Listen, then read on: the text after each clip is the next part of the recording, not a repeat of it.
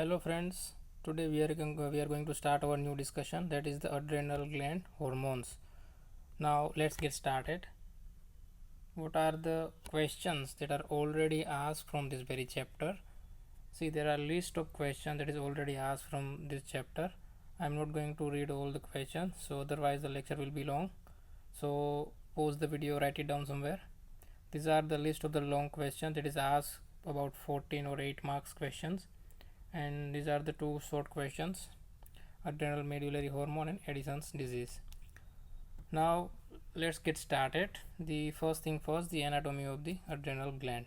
So as you guys already know, that adrenal gland, also known as the suprarenal gland, because it is situated above the kidney, right? So if you get a cross section of the adrenal gland, it will be look like this. So basically there are two adrenal glands and 4 gram of weight of each of the gland, and the outer portion of the gland is known as the cortex and the inner portion of the gland is known as medulla. Now you might be wondering which are the hormones that are produced by the adrenal gland. So as you know, there are two segment of the gland, cortex and medulla. So there are two set of the hormones that are synthesized from medulla and cortex. So what are the hormones of the adrenal glands? So adrenal medulla basically secrete the hormones they collectively known as the catecholamines. And catecholamines, under the heading of catecholamines, there are three hormones. One is the epinephrine, norepinephrine, and the dopamine. Now as far as the adrenal cortex is concerned, the hormone that is synthesized by adrenal cortex, they are collectively known as the steroid hormones. Got it? And again, this steroid hormone also has a three subtype. One is the glucocorticoids, another one is the mineralocorticoids, and the last one is the androgen. They are known as adrenal androgen. Now let's discuss the adrenal medulla first. Adrenal medulla, it is basically comprised about the 20% of the adrenal gland, and it is functionally similar to the sympathetic nervous system. Basically the adrenal medulla is the cell that present in the adrenal medulla are the post ganglionic sympathetic cells. Its function is more or less the sympathetic stimulation. So it secrete epinephrine, norepinephrine, and dopamine. So during the developmental stages, you see over here there is a adrenal medulla. It is surrounding by the cortex. Now this cortex will secrete glucocorticoids or cortisol. Because of the higher amount or exposure of the higher amount of the glucocorticoids in the surrounding this adrenal medullary cell, that they supposed to develop into the post synaptic or post ganglionic sympathetic cell, they lose their development of the axons and dendrites, all the things. Only cell bodies are remaining, and they are just stuck inside the adrenal cortex. So what is the function of this adrenal medulla? It prepares the body for emergency. It prepares the body for the emergency. Is known as more popularly it is known as a fight or flight response.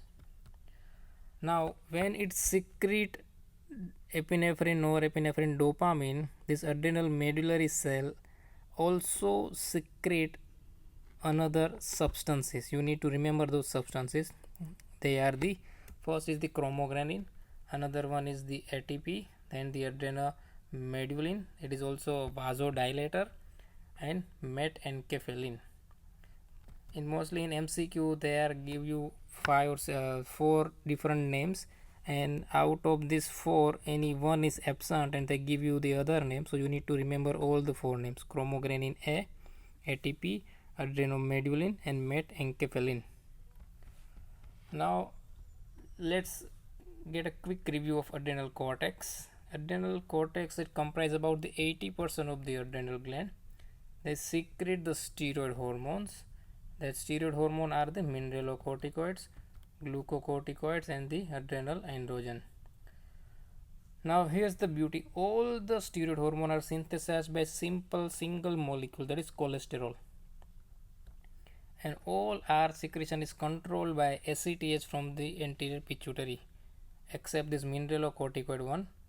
Mineralocorticoid, the regulation and the secretion is controlled by different mechanism that we discuss in our subsequent lectures. Now, what are the general function of this three set of the steroid hormone? Sorry. Now, as far as the glucocorticoid is concerned, their main effect is over the metabolism. So, obviously, over the carbohydrate, fat, and protein. Mineralocorticoid has their effect on minerals, basically the sodium.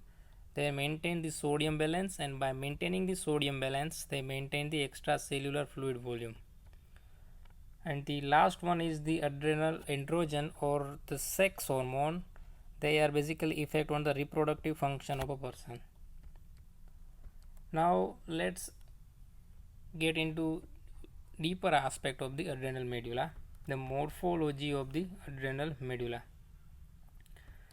Now as far as the adrenal medulla is concerned, it is basically two type of the cell that is present.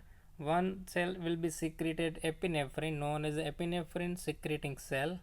It is comprised about the 90% of the cell, and the cell are larger and less dense granules. The granules are not that much of dense. The next one is the non-epinephrine secreting type, norepinephrine secreting cells. They comprise about the 10%, and the granules are very dense and very small. And the type, you might be wondering who secrete the dopamine. The type of the cell that secrete the dopamine is still unknown. Now both this epinephrine and norepinephrine as well as dopamine are the catecholamines. Now I told you so many times catecholamines. Now what are the catecholamines? So let's understand first the meaning of the catecholamines. So inside the catecholamines there is a word catechol reside within it, right? What is the catechol? Catechol is the structure that have a catechol ring in it. Now what is catechol ring? Now in order to understand the catechol ring, you need to understand the other ring that you are familiar with, that is the benzene, right? It is the benzene. It is the structure that is actually we look like this, but in short form or in easy to draw, we draw structure like this. Also we also draw the structure like this, right? All these three are benzene. Now suppose in benzene, if we add 2 OH group, hydroxyl group in the nearby carbon atom, suppose this one and this one, or this one and this one, or this one and this one, so we have to just add 2 hydroxyl group to the nearby carbon. It look like this. Got it?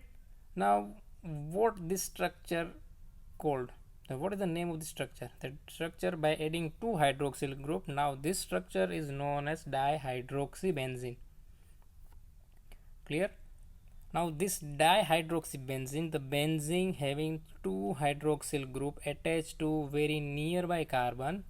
See, hydroxylation will be supposed to take place in 2 adjacent carbon. Then and then it is known as dihydroxybenzene. Then and then it is known as a dihydroxybenzene. Now this structure that having 2 hydroxyl group with benzene, it is known as catechol ring. So to fulfill the definition of the catechol ring, the hydroxylation is supposed to take place in 2 adjacent carbon. If over here hydroxylation and then over here, then it is not a catechol ring. In order to fulfill the catechol ring definition, the hydroxylation should be present in the nearby carbon. Alright. Now this is all about the catechol.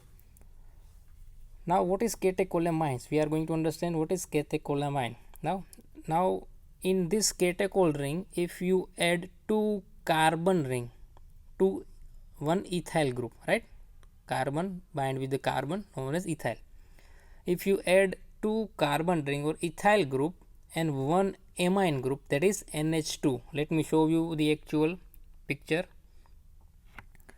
This structure up to that 2 hydroxyl with this benzene, it is known as dihydroxybenzene or catechol ring. Now we add 2 carbon atom. This is the ethyl group.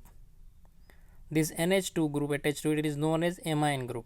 So what is the name of this structure? That is catechol, then ethyl, then amine.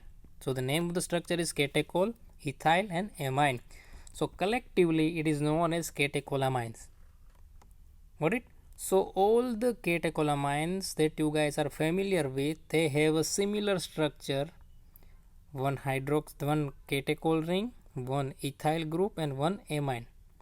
By simply modifying this structure, by adding some portion, some molecule in this very molecule, they made dopamine. It same structure will make norepinephrine and same structure will make epinephrine. It is also known as a biogenic amines. Now what is biogenic amines? These catecholamines are also known as biogenic amines. Now the biogenic amines by definition is the organic compound that is derived from single amino acid and it is biologically active, that is known as biogenic amines. Now let's discuss the type of the catecholamines. So as far as the catecholamines is concerned, there are two types. One is the endogenous, that is present inside the circuit, it is synthesized inside our body, and another one is synthetic or exogenous. So you already know the endogenous catecholamine, there is dopamine, norepinephrine and epinephrine, and the synthetic one are the isoprenaline. Now all these three molecules are made by simply modifying this very nuclei. We are going to make dopamine, we are going to make norepinephrine and we are going to make epinephrine. Got it? Now how these catecholamines are produced in the body? So here's the thing, catecholamines are basically produced by aromatic amino acid. Now let's discuss this thing. In GIT, when you ingest a protein rich diet, the protein will eventually break it down and 2 amino acid will be absorbed. Now these 2 amino acid are eventually made of catecholamines. Now what are these 2 amino acids? The first one is phenylalanine, another one is the tyrosine. Yes, tyrosine. This is the same amino acid that is going to make thyroid hormone as well. Got it? So this structure that is drawn over here is the catecholamines. Now let me show you the structure of phenylalanine. Just compare the phenylalanine with the structure that is shown above. What is the difference between the phenylalanine and the catecholamine? See, there is absence of hydroxylation, right? And there is one COOH carboxyl group attached to it, right? So in order to make catecholamines, we have to remove this COOH and we have to add 2 hydroxyl group in the nearby atom like this, right? Now let me show you a molecule tyrosine, how the tyrosine will look. What is the difference between phenylalanine and the tyrosine? Only there is a presence of hydroxylation in case of tyrosine, while the hydroxylation of single OH group is absent in the phenylalanine. Got it? So in our body, first phenylalanine will enter inside the liver. Inside the liver there is an enzyme known as phenylalanine hydroxylase that is going to add one hydroxylation at the benzene ring. The name of the enzyme is phenylalanine hydroxylase that is present in the liver.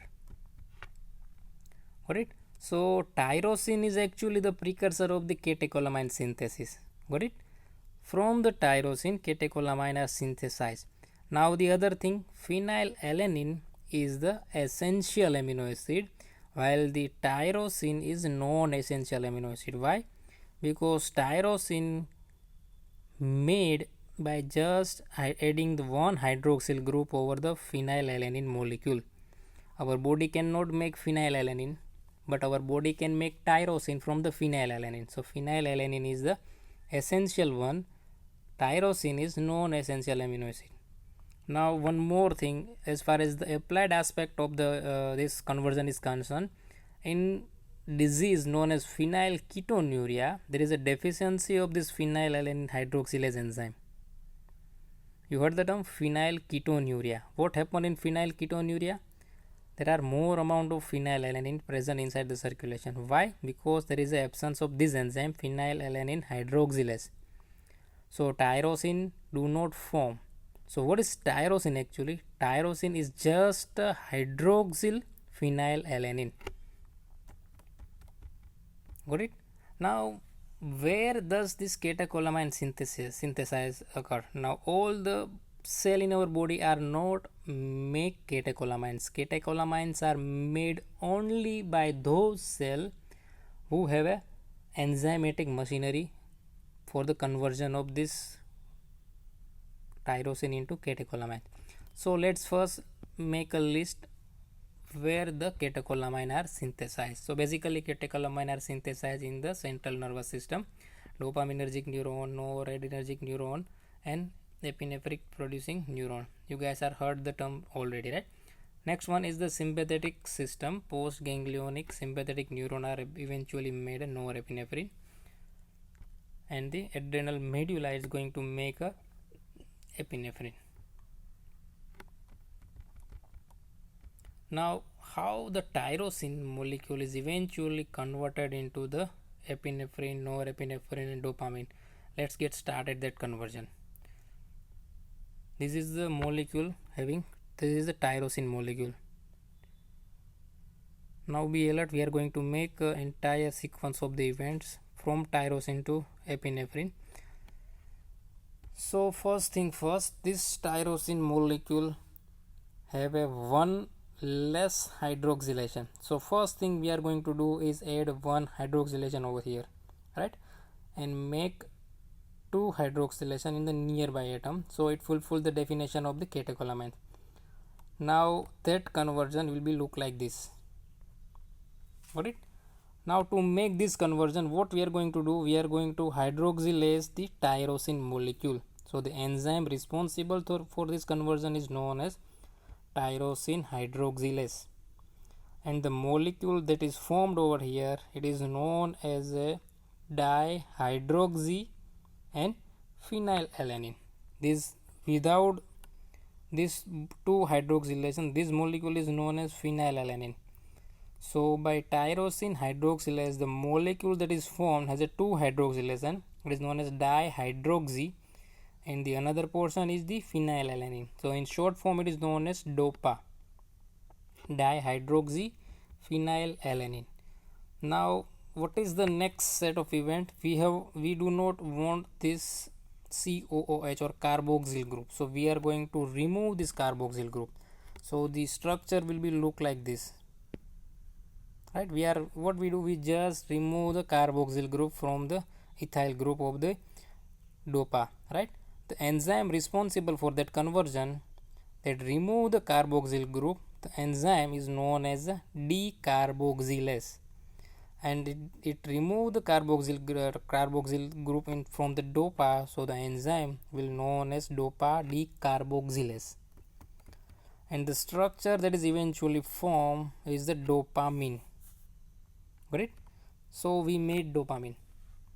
How the dopamine will make? From tyrosine, first we add one hydroxyl group, it will make tyrosine hydroxylase. Then from DOPA we just remove the carboxyl group by DOPA decarboxylase, and the segment that we have is the dopamine. Got it? Now in this ethyl group there are two carbon, so the one carbon that is near to this NH2, let's give it a name, it is alpha, and the carbon near to this catechol ring, we name that carbon as a beta. This one is the alpha, this one is the beta. Now what is our next move? We are going to add hydroxylation, one more hydroxylation at the beta carbon. So the structure will be look like this. What we do, we just add one more hydroxylation over the beta carbon of a dopamine, right? So what we do, we just add hydroxylation, so the enzyme that do hydroxylation at beta carbon, the enzyme is known as dopamine beta hydroxylase. Clear? Now by adding one hydroxylation over the beta carbon, The molecule that we get, it is the norepinephrine itself. Now we make norepinephrine. Got it? Now what we have to do, we have to add one methyl group over this NH2 molecule, right? What we are going to do next, we are going to add one methyl group to this NH2. The molecule is look like this. What we do, we are do nothing, just we add one methyl group to this amine portion or amine end of the catecholamine. It will be look like this, right? That portion, after adding a methyl group at N terminal, it is NH terminal or N terminal, that molecule is known as epinephrine. Clear? Now we made epinephrine as well. Got it? And what we actually do, we actually add one methyl group, we transfer one methyl group, we actually transfer one methyl group to N terminal. So the enzyme is known as N-methyl transferase, and the name that is given in the book, it is PNMT, phenyl ethanolamine N-methyl transferase. Clear? Now we made tyrosine, we made epinephrine, norepinephrine and dopamine from the tyrosine. So you guys understand that the cell who made epinephrine has a capacity to made norepinephrine as well as dopamine, because the cell who made epinephrine has all the set of the enzyme that is required for synthesis of this intermediate molecule, right? Now the cell who made dopamine do not have an enzyme responsible for making norepinephrine and epinephrine. So dopamine secreting neuron does not have this dopamine beta hydroxylase enzyme and PNMT enzyme. Got it? Now in the entire sequence of the events, this first conversion from tyrosine to dopa is the rate limiting step. It is the step that limit this entire sequence of the event. So whenever there is a stress, this stress will leads to increased synthesis of the glucocorticoids. We are going to understand in our subsequent lecture, but right now just believe me, in stress there are large amount of the glucocorticoid will made. That large amount of the glucocorticoid, once it is present locally in around the adrenal medulla, they upregulate the conversion of the tyrosine hydroxylase, or they upregulate the gene responsible for formation of the tyrosine hydroxylase. Got it? Now let's discuss how this molecule from dopamine, epinephrine, norepinephrine are present or transfer inside the secretory vesicle. Got it? So let's see, this is a neuron, this one is the presynaptic neuron, this one is the postsynaptic neuron. We are going to see this presynaptic neuron has a various synaptic vesicles that contain neurotransmitter, right? Now let's zoom this one single cell. This one is the one presynaptic nerve ending and having one single vesicle. Got it? Now here's the thing, norepinephrine, epinephrine and dopamine are synthesized in the nerve ending. They are not synthesized over the cell bodies, they are synthesized over the nerve ending, inside the nerve ending, right? Let me repeat one more time. Dopamine, norepinephrine and epinephrine are synthesized at the nerve ending. They store at the nerve ending and they release at the nerve ending. Got it? And the larger molecule, mainly the polypeptide, that are eventually released from the nerve terminal, they are supposed to require entire protein synthesis machinery, and that protein synthesis machinery is actually present near the cell bodies, right? It requires nucleus, it requires ribosome, it requires endoplasmic reticulum. So all the peptide hormones that are eventually released, they are synthesized from the cell bodies, while catecholamines like dopamine, norepinephrine and epinephrine, they are synthesized, stored and released from the nerve terminal itself. So let's show this entire sequence of the events in this diagram. See, this is the blood vessel, that blood vessel having tyrosine molecule. That tyrosine is going to transfer inside the nerve terminal by a sodium dependent tyrosine transporter. Now this tyrosine is eventually converted into the dopa. We already know tyrosine hydroxylase, it make dihydroxy phenylalanine. Then dopa will converted into dopamine by removing just COOH group or carboxyl group, and the name of the enzyme is dopa decarboxylase. Now here's the thing, once the dopamine will be synthesized, inside the nerve terminal there is a mitochondria. That mitochondria, the outer surface of that mitochondria has an enzyme. That name of that enzyme is the MAO. That what is the MAO? Monoamine oxidase. Right? It oxidizes this molecule dopamine. It will destroy the molecule of the dopamine. But we do not want the destruction of the dopamine. We have to store the dopamine, or we have to make even further processes. We have to make epinephrine, we have to make norepinephrine. So we have to protect the dopamine. So what we do, we just remove the dopamine from the cytoplasm, from this nerve terminal, and stored inside the secretory vesicle. And this MAO cannot able to cross this vesicular membrane. So we just transfer the dopamine into the vesicle. This transfer of dopamine into the vesicle require transporter. The name of the transporter is vesicular monoamine transporter, VMAT. What is the full form of VMAT? It is vesicular monoamine transporter. So we just save the dopamine from destruction by MAO enzyme. Right? Now if this nerve terminal is the dopaminergic nerve terminal, then this dopamine will be stored and it eventually released when it required.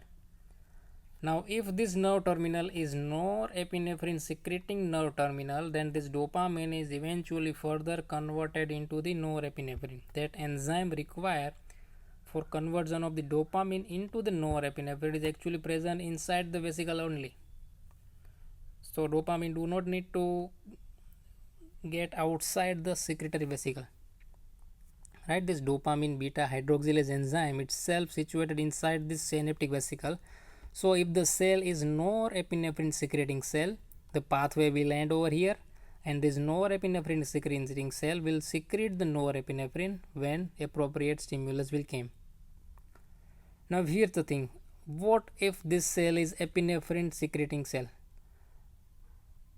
Then we need to convert norepinephrine into the epinephrine. But in order to convert norepinephrine into the epinephrine, the enzyme required PNMT is present inside the cytoplasm. So this norepinephrine has to come outside, and this norepinephrine will eventually converted into the epinephrine. Once this epinephrine formed, again epinephrine will dip inside in the synaptic vesicle like this. So this MAO, this monoamine oxidase, has a capacity to destroy dopamine. It has a capacity to destroy norepinephrine. It has a capacity to destroy epinephrine. Got it? And this transport of epinephrine inside the this synaptic vesicle is also done by the same transporter, VMAT. So VMAT do not have any faithfulness. It transport dopamine as well as it transport epinephrine. So it is non-specificity. It does not have specificity.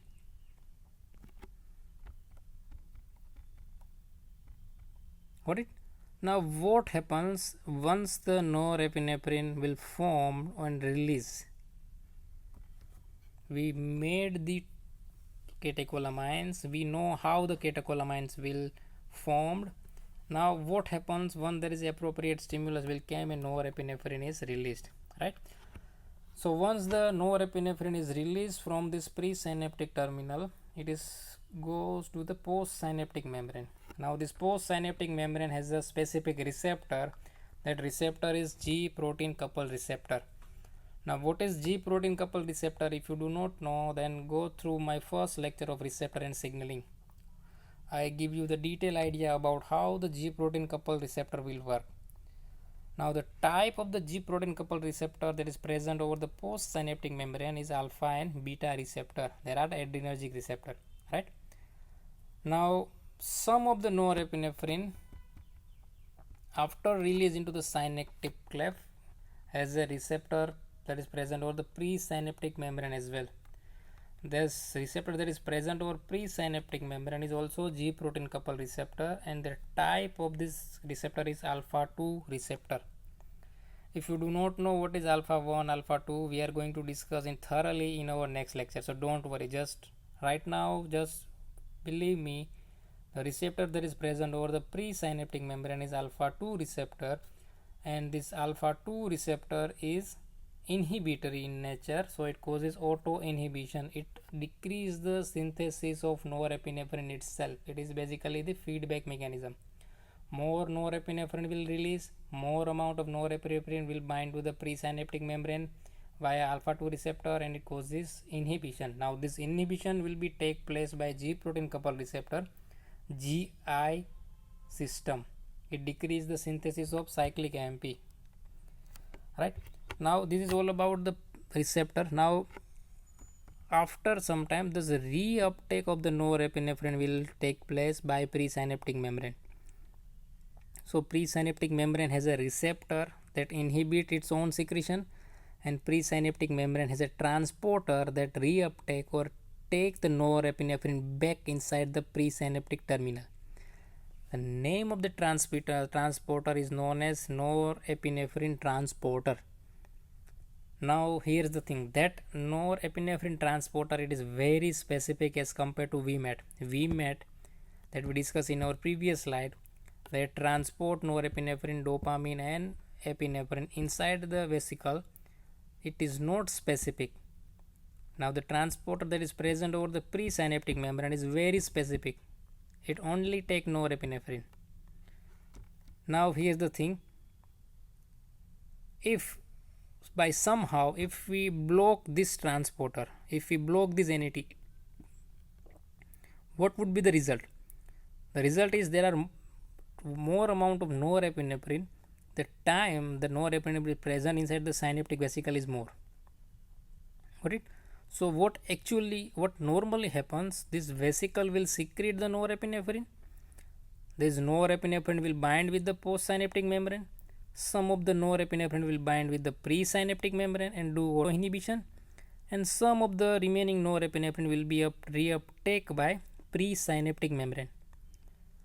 Now let's suppose approximately, let's see, for example, out of 100% the norepinephrine will release, out of that 60% will be bind with the postsynaptic membrane, 10% will bind with the presynaptic membrane, and remaining 30% who do not bind the post as well as the presynaptic membrane, this 30% is eventually taken back by this NET, norepinephrine transporter. Now what will happen if we block that transporter, norepinephrine transporter? Now this remaining 30% that are supposed to take back by presynaptic membrane are available at the synaptic cleft. So this remaining 30% have a ability to stimulate the postsynaptic membrane for a prolonged period of the time. So what will be the result? It causes enhance the effect of the norepinephrine if the norepinephrine stays longer period of the time at the synaptic cleft, right? This mechanism is done by a drugs known as cocaine. You see, the person who take cocaine, what would happen inside that person? That cocaine will block this norepinephrine transport. This norepinephrine transporter, if it's blocked, then norepinephrine is stay for longer period of the time inside the synaptic cleft, and the action will be enhanced and person become more alert. This is all about the drugs. Now let's see the another set of the drug do the same type of effect, that is TCA. You are going to learn this TCA in very detail in the second year. Now let me give you how the TCA work. What is the TCA first? TCA is tricyclic antidepressant, the drug that is used in depression. It is tricyclic antidepressant. That drug will also block the transporter, that is a CAT transporter, that is catecholamine transporter. It also block the catecholamine transporter, and it make the neurotransmitter stay for a longer period of the time inside the synaptic cleft, so the action is prolonged, right? And the name of the one drug, let me give you one name, that is imipramine. The name of the drug is imipramine. Got it? This is all about the fate of the neurotransmitter. Some of the neurotransmitter will bind to the postsynaptic membrane. Some of the neurotransmitter will bind presynaptic membrane. Some of the neurotransmitter will bind to the, they are going to reuptake by the presynaptic membrane. And still remaining some portion is left, that some portion is lost into the surrounding interstitial fluid and eventually end up inside the blood. Got it? That neurotransmitter will eventually end up inside the blood circulation, and we see small portion of the norepinephrine inside the blood. That small portion, these are the this norepinephrine that escape from binding post and presynaptic membrane and escape from the reuptake. Alright, now how catecholamine secretion from adrenal medulla occur? How the epinephrine will secrete from the adrenal medulla? There are some stimulation that will leads to secretion of the epinephrine. The first stimulation is sympathetic stimulation. Then the exercise. If you do exercise, it will again stimulate the sympathetic stimulation and increase release of the catecholamine from the adrenal medulla. Then the hypoglycemia, then the pain, anger and anxiety, and finally frustration. So these are the causes of the release of the epinephrine from the adrenal medulla. Now once the catecholamine are inside the circulation, how the catecholamine are metabolized? So there are two set of the enzyme that you need to remember. One enzyme we already discussed, that is MAO, monoamine oxidase. Another enzyme that you need to remember is COMT, that is catechol O-methyl transferase, right? Now what this MAO do?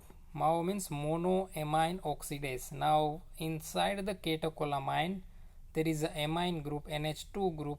This MAO will oxidize that NH2 group and make changes, right? What this catechol O-methyl transferase do? It will transfer the methyl group over the catechol ring. Got it? Now sequence might be anything. First MAO work, then COMT work. In some cases first COMT work, then MAO work, right? Let's see first COMT work. Norepinephrine and epinephrine. First the COMT work, it make met norepinephrine and met epinephrine. Then MAO work from to the met norepinephrine and epinephrine, and they make a final product known as VMA, vanillyl mandelic acid. Now let's change the sequence. Let's see first MAO work. Norepinephrine and epinephrine will eventually converted into dihydroxy mandelic acid. Now let's see then the COMT work. It will make again same product, vanillyl mandelic acid. So it does not change the final end product, first MAO work or first COMT work. Now how catecholamine works in the once it release. Now once the sympathetic stimulation will take place, what will do? It causes release of the norepinephrine from the postganglionic sympathetic neuron, and it releases epinephrine from the adrenal medulla.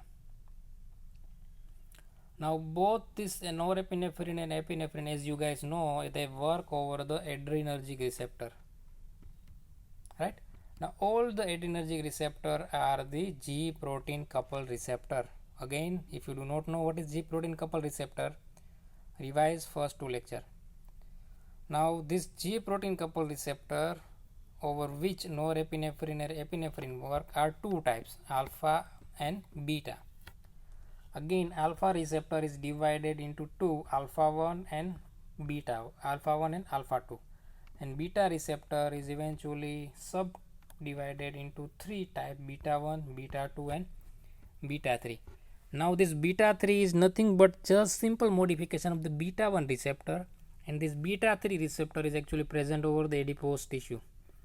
So whenever there is a more amount of sympathetic stimulation, more amount of release of epinephrine and norepinephrine, this beta 3 receptor will stimulate the adipose tissue, and this norepinephrine and epinephrine will stimulate the hormone sensitive lipase. Now what this hormone sensitive lipase will do?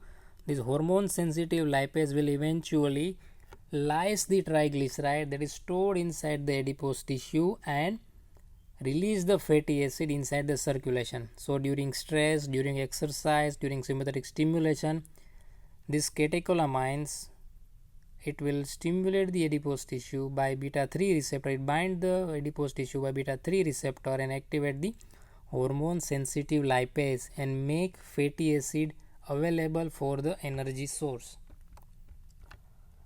Now how catecholamine affect the body? Now once the norepinephrine and epinephrine release, what will happen? See, once the in sympathetic stimulation, as I told you that these catecholamines, this sympathetic stimulation are the fight or flight response, right? So in that case, some tissue are stimulated, some are inhibited, right? So tissue inside your body that is stimulated in fight or flight response, they have a alpha 1 and beta 1 receptor. Now this formula is true about 90 to 95% of the cases. So just remember, the tissue that are stimulated, they have alpha 1 or beta 1 receptor attached to it, and some of the tissue will be inhibited that have alpha 2 or beta 2 receptor attached to it. Got it?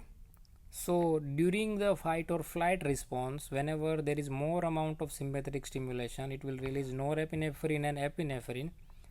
Now during this fight or flight response, some tissue are stimulated, some tissue are inhibited. The tissue that gets stimulated has a alpha 1 and beta 1 receptor, and tissue that are inhibited have alpha 2 and beta 2 receptor. Now where this receptor is present? So alpha 1 receptor is basically present over the postsynaptic membrane of the effector organ. Now alpha 2 receptor is actually present over the presynaptic membrane that we discussed in our few earlier slide. The alpha 2 receptor is basically present over presynaptic membrane and inhibitory action, right? And it is also present over the platelets, and some are present inside the GIT. Now as far as the beta 1 receptor is concerned, it is present over the heart and over the JG cell of the kidney, that is juxtaglomerular cell in the kidney. Now beta 2 receptor is present over the bronchi, it is present over the blood vessel, it is present over the GIT, and it is present over urinary tract and eye. Got it? This is where the receptor are actually present. Now in next lecture we are going to understand which tissue are stimulated and which tissue are inhibited, and what are the receptors that are actually present over that particular tissue that get stimulated, and what are the receptor that is present over that particular tissue that get inhibited, right? So this is all about our today's lecture. Thank you.